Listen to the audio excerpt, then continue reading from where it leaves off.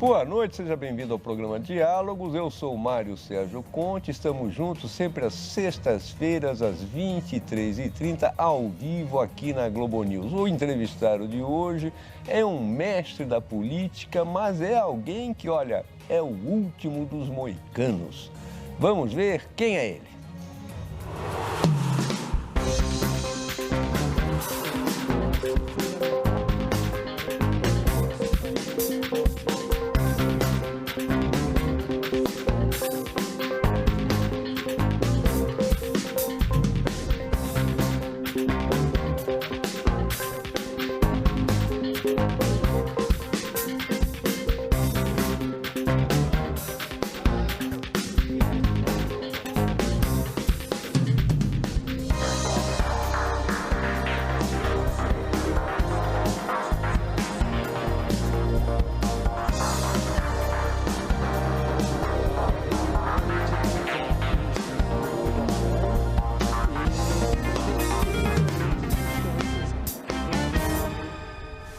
Tasso Gereissati, senador pelo PSDB, pelo Ceará, é uma das lideranças históricas dos tucanos, é ali, não da geração que ele era muito mais novo, mas Franco Montoro, Mário Covas, Fernando Henrique Cardoso, José Serra, Richa, romperam com o PMDB, fizeram um partido de centro que governou o Brasil durante 2 mandatos, o senador, várias legislaturas, e agora os PSDB é isso que nós estamos vendo, uma coisa arruinada. Obrigado por ter vindo, Tasso, é um prazer falar com você, te ver aqui em São Paulo passando frio.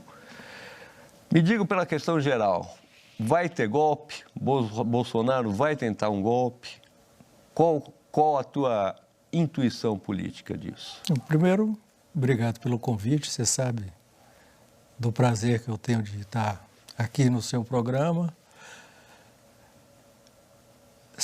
tentando ser o mais objetivo possível, eu acho que não vai ter golpe.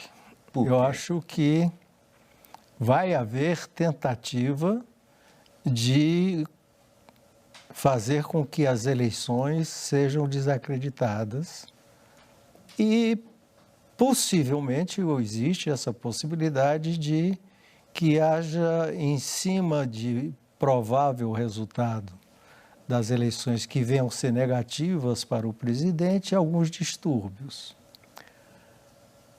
Eu não acho que vai ter golpe porque o Brasil de hoje é diferente do último golpe que aconteceu.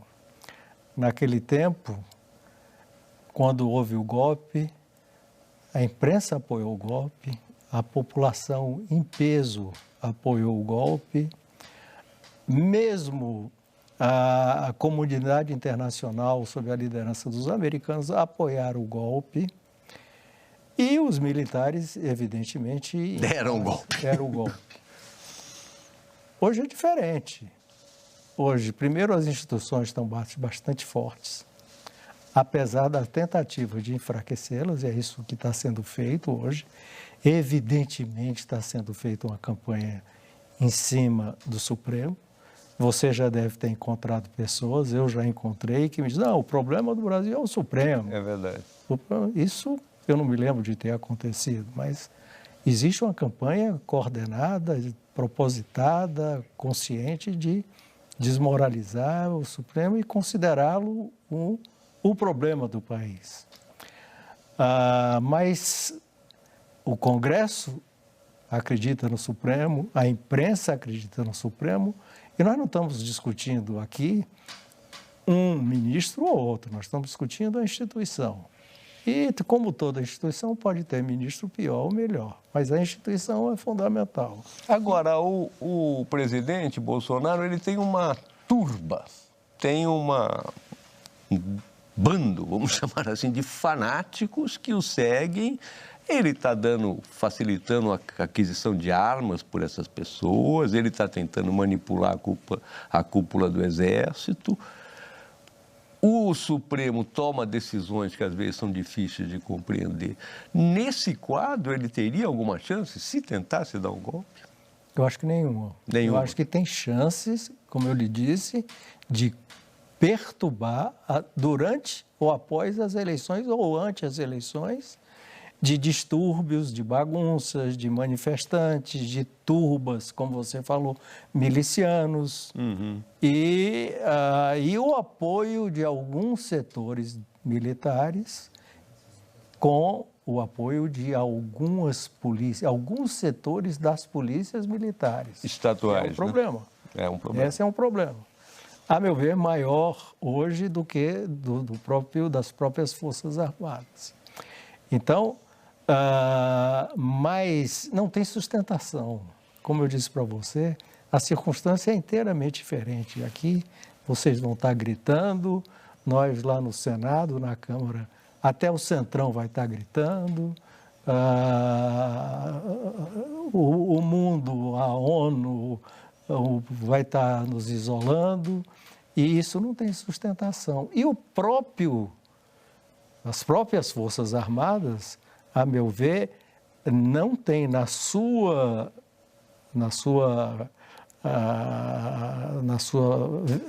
concepção mais abrangente nenhuma vontade que isso aconteça. Tássio, desculpe, senador, as eleições estão aí, 2 candidatos fortes, o presidente e o ex-presidente Lula, e tenta-se, e parece não aprumar, um terceiro nome, que seria mais de centro, mais ligado a um ideário originalmente do PSDB. Isso não está acontecendo. O ex-governador Dória de São Paulo não galvaniza, Moro não conseguiu se impor, fala-se em seu nome, aqui e ali, de vez em quando, até para presidente, mas para vice. O que está acontecendo? Conta aqui para mim, por favor. Mário Sérgio, o que está acontecendo é uma destruição dos partidos políticos no Brasil. Nós temos alguns fatores alguns erros nossos mesmos, dos políticos, propositais ou não, conscientes ou não, que fizeram com que os partidos políticos sejam destruídos. Se você observar das últimas eleições para cá, mas já nas últimas eleições, quem cresceu, à exceção do PT, foram os partidos chamados partidos nanicos. Os partidos grandes, os grandes partidos que têm história, tradicionais, que têm uma linha, que têm um programa, que são democráticos, e mais os partidos que não têm dono, porque esses partidos nanicos, todos têm dono. Tem um cacique, né? Tem um dono, é um dono, o maior acionista. Cresceram e nós diminuímos. Você vê o PMDB, diminuiu, o PSDB diminuiu, o DEM desapareceu, que era o PFL, desapareceu, foi engolido por um centrãozão. Isso por quê? Primeiro tem a ver com o sistema de financiamento eleitoral, na minha opinião. Foi feito um sistema generoso, hoje mais generoso do que nunca, em relação às campanhas eleitorais, feita com dinheiro público, você tem acompanhado isso. E esse recurso, ele é dividido proporcionalmente ao número de deputados federais do partido. Então, você é presidente de um partido. Se você tem presidente da República, governador, senador, prefeitos, a maioria dos prefeitos, isso não vale nada. O que vale é o deputado. O que vale é o deputado. Isso ajudou a fortalecer o chamado centrão. E aos chamados partidos que fazem juntos o centrão. E aos partidos que eu digo para você que tem dono. Se você somar isso ao que de uns anos para cá apareceu, o chamado orçamento secreto, você praticamente demoliu os partidos políticos, porque o jogo virou um jogo individual. Cada um vai para onde quer, vota com quem lhe interessar e não importa Sim, o partido. eu entendo esse raciocínio, mas talvez não seja, mas te pergunto, também não é uma ausência de liderança? Porque ficar na mão desses partidecos, desse pântano, é porque não tem umas lideranças, não tem o teu partido. Ficou uma coisa, você é o último, Tasso. Aí você tá, o Alckmin foi para o Lula, hoje o Aloysio Nunes Ferreira disse que vai votar no Lula no primeiro turno, outros foram para a União Brasil, porque não emergiu ninguém. Não seria isso? Eu acho que com certeza. Mas uma das razões é essa. Você vai ver o Congresso que vem. O Congresso que vem vai vir pior do que esse de hoje. Ah, não me fale isso. Olha, veja bem. O que faz o fundo eleitoral e o tal do orçamento secreto, o RP9, chama aí? Você dá os recursos para quem acompanha o governo. No caso, controlado por 2 ou 3 pessoas, verbas imóveis, fala assim 20 bi. É, dinheiro. Eu fui governador 3 vezes e nunca vi 20 bi no governo do Estado, a meu critério, para quem eu quisesse, do jeito que eu quisesse, e sem que ninguém soubesse como foi. Nunca vi isso na minha vida. Vida toda eu não vivi, de 3, 4 anos para cá.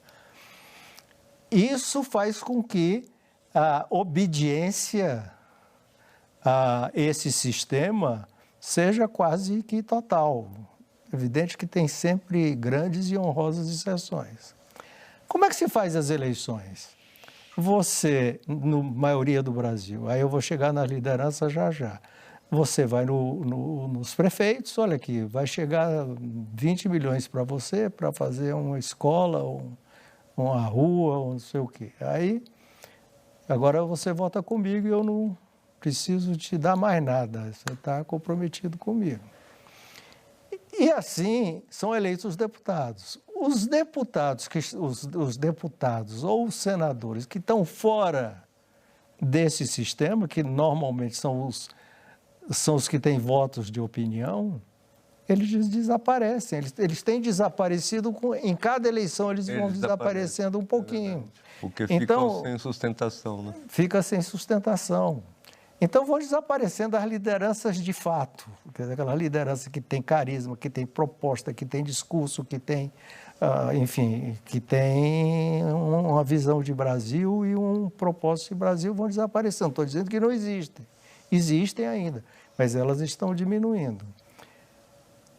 E aí eu vou voltar a casa. O meu partido hoje, você é mais novo que eu, né? Pouco.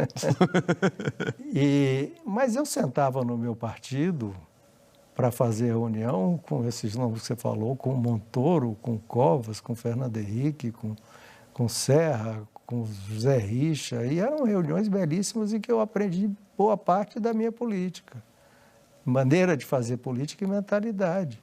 Hoje não tem. Veja o PSDB de São Paulo.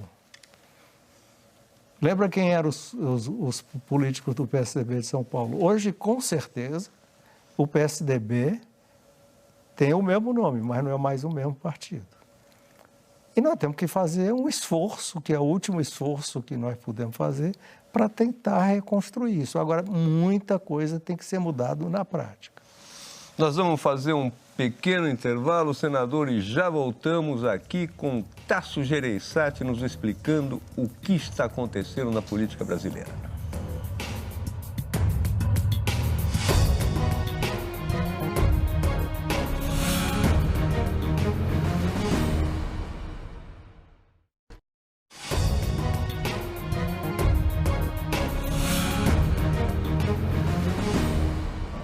Voltamos com Tasso Gereissati, senador tucano pelo Ceará, uma das mentes mais lúcidas da política brasileira e está cada vez mais sozinho.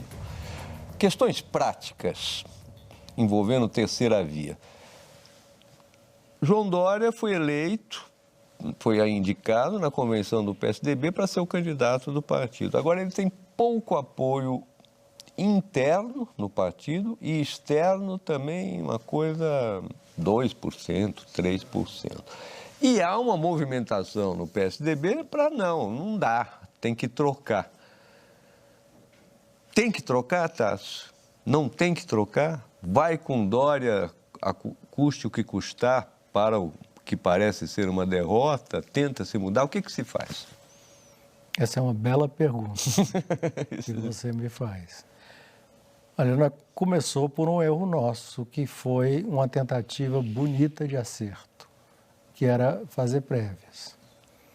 Eu mesmo, e acho que até você mesmo já me criticou, ao Fernando Henrique, eu não me lembro quem mais, de fazer escolha dos candidatos a presidente numa mesa de restaurante daqui. No máximo, ali na Alameda Santos. No máximo, na Alameda Santos. Então, a ideia era fazer essa coisa democratizada. Primeiro, nós fizemos no tempo errado, porque de lá para cá, as coisas mudaram muito, muito. E o governador João Dória, que era governador na época de São Paulo, muito forte, historicamente, o governador de São Paulo é candidato a presidente da República, desde o Adhemar de Barros, pelo Orestes Quercias, alguns que eu estou me lembrando, Maluf, Covas, são candidatos naturais. O próprio Montoro, que foi um homem excepcional, porque, e olha a diferença da data. Ele abdicou disso, né? Era ele quem ia decidir, e ele, como governador de São Paulo, disse, é o Tancredo. Quando ele disse é o Tancredo, acabou a discussão. Quer dizer, hoje não existe mais isso. Aí sou eu. Então, nós fizemos a prévia no momento errado. O governador de São Paulo era um homem forte e foi feito uma disputa desigual. Não é choro de perdedor. Desigual no sentido que um homem que tinha a máquina do governo de São Paulo, a Assembleia Legislativa de São Paulo, enfim, todo, contra um candidato sem todo esse aparato. Eduardo Leite. Eduardo Leite. E era, para mim, uma grande expectativa, um jovem governador com a mentalidade, cabeça desses homens que eu acabei de falar, e que era algo novo na política, com outra postura, outra visão, outro tipo de comportamento. Perdeu, mas foi empate, uma diferença muito pequena. O que aconteceu de lá para cá é que houve uma mudança do governador forte, prestigiado, que passou por uma série de razões que eu não sei como explicar, a ter uma rejeição muito grande. E além de ter uma rejeição muito grande no seu próprio estado, e uma rejeição muito grande no resto do Brasil. Eu quero lembrar a você que o Aécio perdeu a eleição quando perdeu em Minas. O Aécio perdeu a eleição porque perdeu em Minas. E essa percepção daqui de São Paulo, que é um centro irradiador, queira ou não queira, foi passando para o Brasil inteiro. Então, aquele que boa parte do PSDB, eu não já naquela época, mas boa parte do PSDB percebia como uma grande liderança nova a partir de São Paulo, não aconteceu. E hoje ele não conseguiu sequer evoluir na pesquisa e o índice de rejeição, também não sei lhe explicar porque, cresceu muito. Agora eu te pergunto, muda-se ou não se muda, Tasso? O candidato? Nós estamos dentro de uma camisa de força. Legalmente, ele é o candidato a governador pelo PSDB.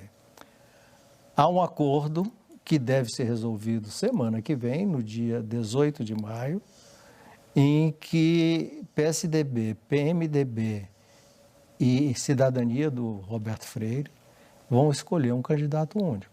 O candidato do PSDB oficial é o Dória, do PMDB a Simone Tebet, e o Cidadania não tem candidato, mas vai participar dessa discussão. O acertado é que desta discussão sairia um só. Eu tenho dúvidas hoje, pelas manifestações de alguns candidatos, se vão aceitar este resultado.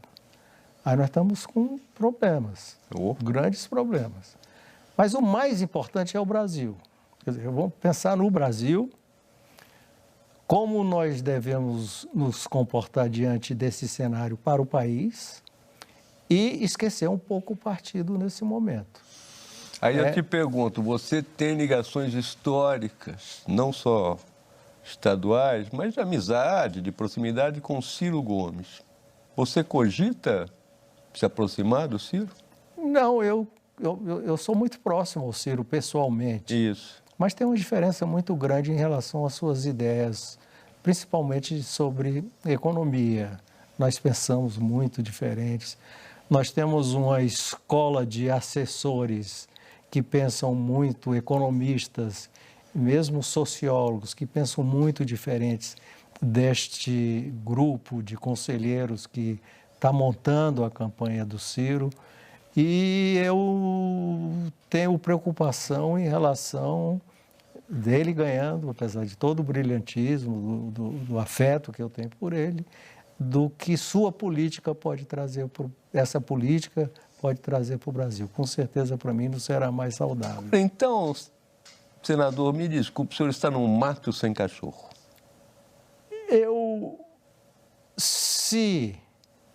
Hoje eu vejo uma possibilidade aonde vejo 3 saídas. Primeiro, o Dória disse, poxa vida, eu não peguei mesmo.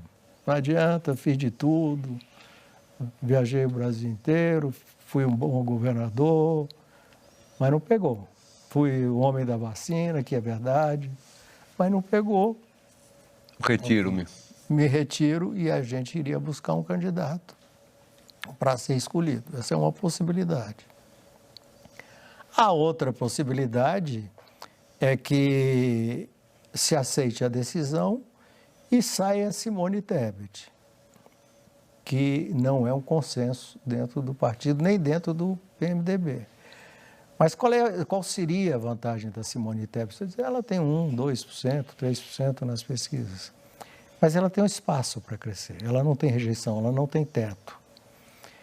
E a gente sente, e você deve sentir nas pessoas, nos cobrando por alguma coisa que não seja Lula ou Bolsonaro. Já está muito adiantado, não dá mais. Dá sim, tem espaço para isso. Eu sinto nas ruas o espaço para isso.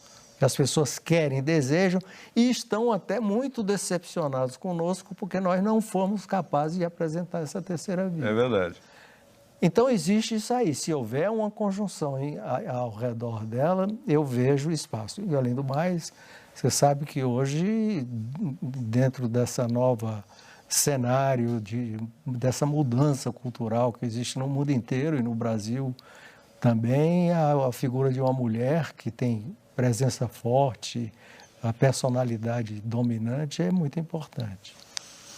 A outra possibilidade era ir com o Dória e seja o que Deus quiser. Devo entender que você tem mais simpatia pela segunda alternativa, Simone Tebet, candidata?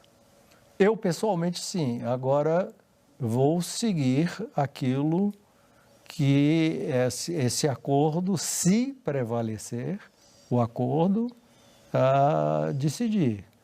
A minha dúvida é se esse acordo prevalece. Se a coisa caminhar, senador, para manter como está, é Lula ou Bolsonaro, o que o senhor faz? É uma decisão difícil. Difícil porque Bolsonaro eu não vejo. Na minha cabeça, eu ainda resisto chegar a esse ponto. Minha autocensura ainda segura chegar a esse ponto. Mas Bolsonaro é difícil. Por sério, bom, acho que você conhece. Não, conheço a sua história.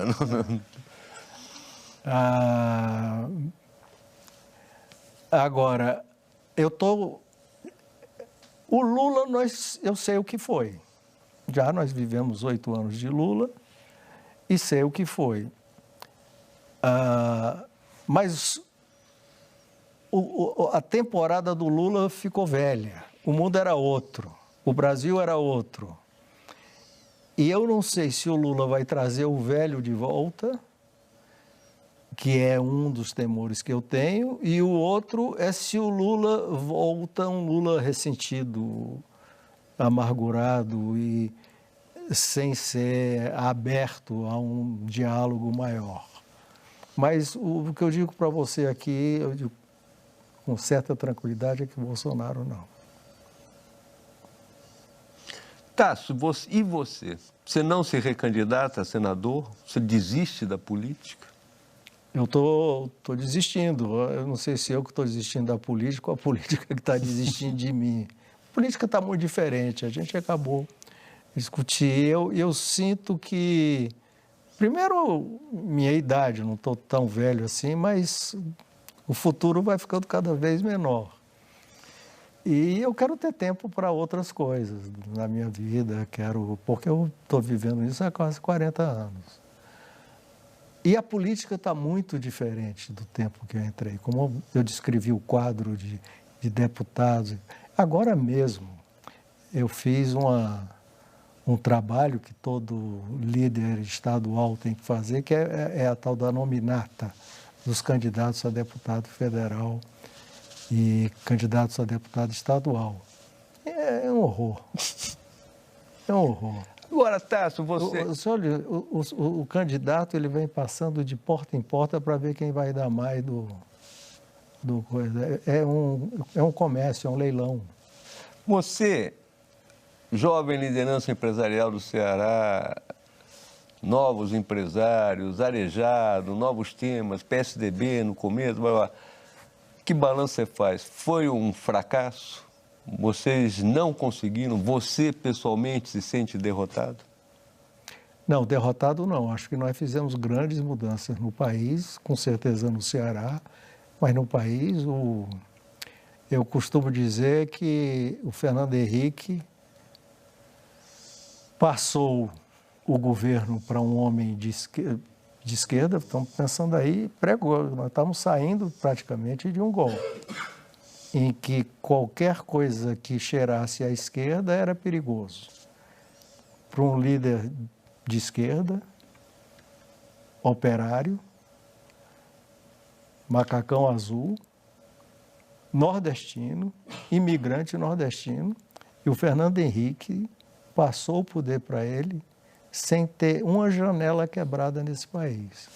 Aquilo foi um momento, para quem viveu parte da vida dentro da ditadura militar, glorioso. E de lá para cá, nós temos vivido, de uma certa maneira, talvez um dos maiores tempos de estabilidade democrática. Eu acho que isso é muito uma conquista nossa, que está, como nós conversamos no início, sobre algum risco agora. Mas com muito mais solidez nas estruturas, nas instituições do que naquela época. Isso é uma grande... Nós tivemos uma grande vitória que eliminamos um câncer histórico, que foi a inflação, que também volta agora, meio lentamente, mas assusta. Agora, há um retrocesso. Há um retrocesso. Então, eu não me sinto derrotado, eu me sinto frustrado neste momento. Tá certo, Tasso. Muito obrigado pela entrevista. Você vem de Fortaleza dessa entrevista e eu insisti porque eu acho a sua palavra que tem um peso muito grande pela sua experiência, pelas suas ideias, pela sua clareza. Ficamos por aqui. Boa sorte, Tasso. Voltamos na próxima sexta-feira ao vivo aqui às 23h30 no programa Diálogos.